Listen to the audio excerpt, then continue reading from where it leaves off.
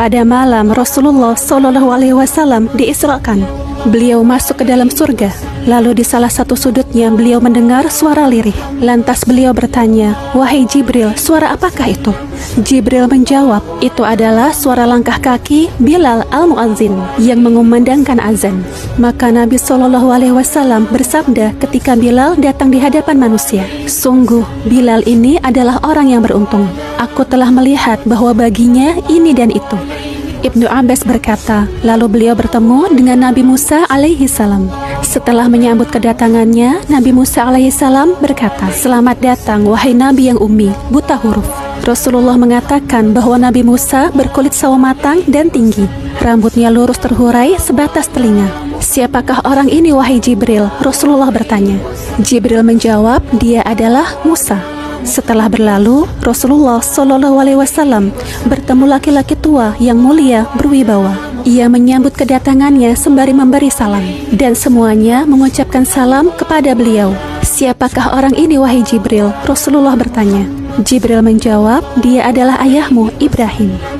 Ibnu Abbas melanjutkan kisahnya. Setelah itu, Rasulullah SAW melihat ke dalam neraka. Ternyata ada sekelompok orang yang memakan bangkai. "Siapakah mereka itu wahai Jibril?" Rasulullah bertanya. Setelah itu, Rasulullah SAW melihat ke dalam neraka. Ternyata ada sekelompok orang yang memakan bangkai. "Siapakah mereka itu wahai Jibril?" Rasulullah bertanya. Jibril menjawab, "Mereka itu adalah orang-orang yang makan daging orang lain, berbuat gibah atau menceritakan keburukan orang lain." Lalu beliau melihat seseorang yang tubuhnya sangat merah kebiru-biruan. "Siapakah orang itu wahai Jibril?" Beliau bertanya. Jibril menjawab, "Dia adalah orang yang menggorok unta Nabi Soleh." Kemudian, manakala Rasulullah SAW tiba di Masjidil Aqsa, beliau berdiri sholat dan diikuti oleh seluruh para nabi dan rasul. Setelah itu, beliau dihadapkan oleh dua cawan minuman. Yang satu di sebelah kanan berisi susu, dan satu lagi di sebelah kiri berisi arak. Maka beliau memilih dan meminum susu. Lalu orang yang menyuguhkan minuman itu berkata kepada Rasulullah SAW, "Engkau telah memilih fitrah, kesucian yakni Islam dan istiqomah."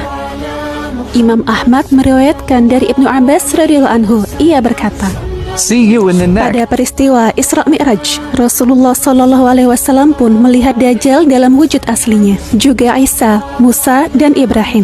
Ketika ditanya tentang Dajjal, beliau menjawab, "Orangnya berbadan besar, berkulit putih.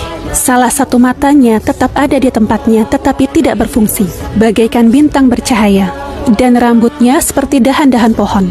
Lalu aku melihat Nabi Isa alaihi salam. Ia masih muda dan berkulit putih. Rambutnya ikal, matanya tajam, dan perutnya agak gemuk. Aku juga melihat Nabi Musa alaihi salam, berkulit sawo matang, tubuhnya kekar berbulu. Setelah itu aku memandang kepada Nabi Ibrahim alaihi salam. Beliau sangat mirip dengan diriku dalam perawakan dan rupanya.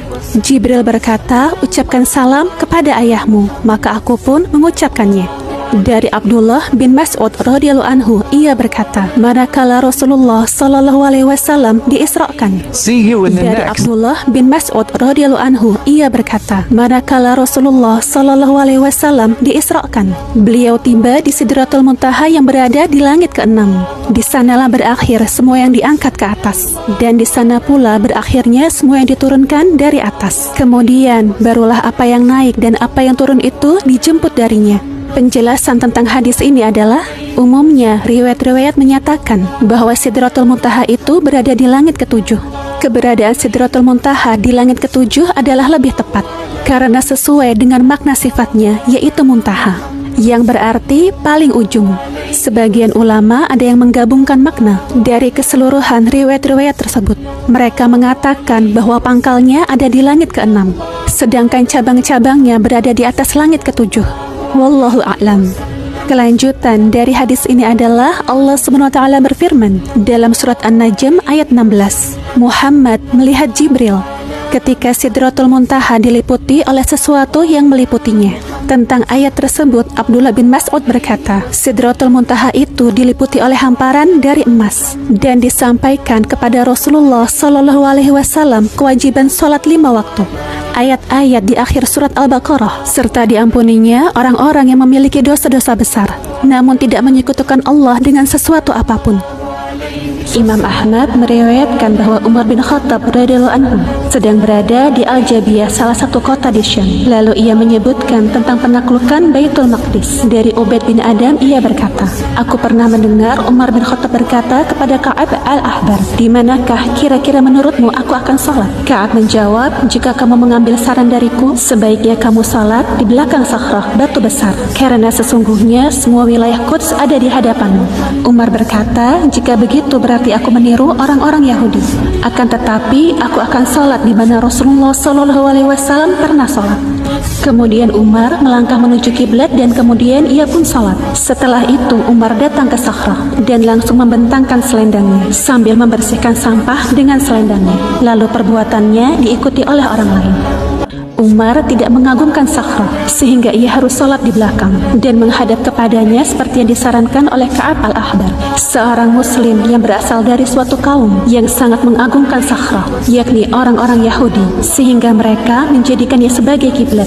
Akan tetapi Allah SWT telah menganugerahkan agama Islam kepada Umar bin Khattab sehingga ia pun diberi petunjuk untuk menuju al-haq, kebenaran. Karena itulah ketika Ka'ab al-Ahbar menyarankan agar Umar sholat di belakang sakhrah, ia berkata, jika begitu berarti aku meniru orang-orang Yahudi. Namun aku juga tidak menghinakannya seperti penghinaan orang-orang Nasrani yang dulunya mereka menjadikan sakhrah sebagai tempat sampah karena mereka mengetahui bahwa ia adalah kiblatnya orang-orang Yahudi. Akan tetapi yang Umar lakukan adalah menghilangkan kotoran dan sampah dari sekitar sakhrah itu dengan selendangnya. Allah Subhanahu wa Ta'ala menjelaskan tentang pemuliaannya terhadap Bani Israel dan penyempurnaan nikmatnya kepada mereka agar mereka mengikuti ajaran para rasul. Allah berfirman yang artinya, wahai keturunan orang-orang yang diselamatkan oleh Allah bersama Nabi Nuh alaihi salam dan diberi petunjuk kepada jalan tauhid, kebenaran dan kebaikan, ikutilah para nenek moyang kalian karena kalian adalah orang-orang yang lebih pantas untuk bertauhid dan mengikuti para nabi dan rasul, terutama mengikuti kakek kalian Nuh alaihi salam.